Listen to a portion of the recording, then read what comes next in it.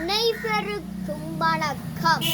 எம்பெருமானின் பெட்டுக்கு மண் சுமந்த கதையை கூற வந்தேன்.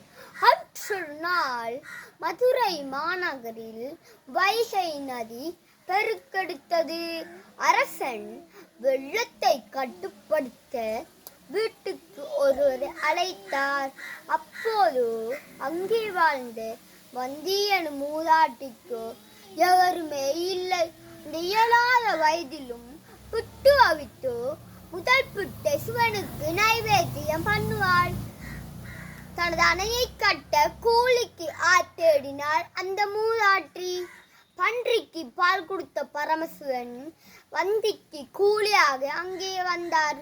உனக்காக நான் அணை கட்டுகிறேன், கூலியாக புட்டை தான வாங்கி உண்டுவிட்டு மண்ணை வெட்டுவார், மண்ணை கொட்டுவார், ஆடுவார், பாடுவார். ஆனந்த கூத்தருக்கு ஆட தெரியாதா என்ன?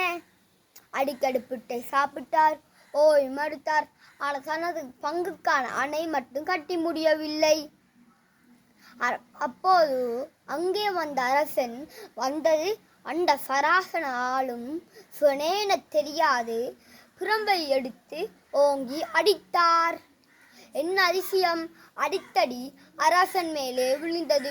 எல்லா உயிர்களும் அடி வாங்கியது. வெள்ளம் பற்றியது. கூலியார் மறைந்தார். மறைந்தது திக்கட்டு மருளாட்சி புரியும் ஈசனேன புரிந்தான் அரசன். இதில் வந்தியோ இறைவனின் பாதங்களை அடைந்தாள்.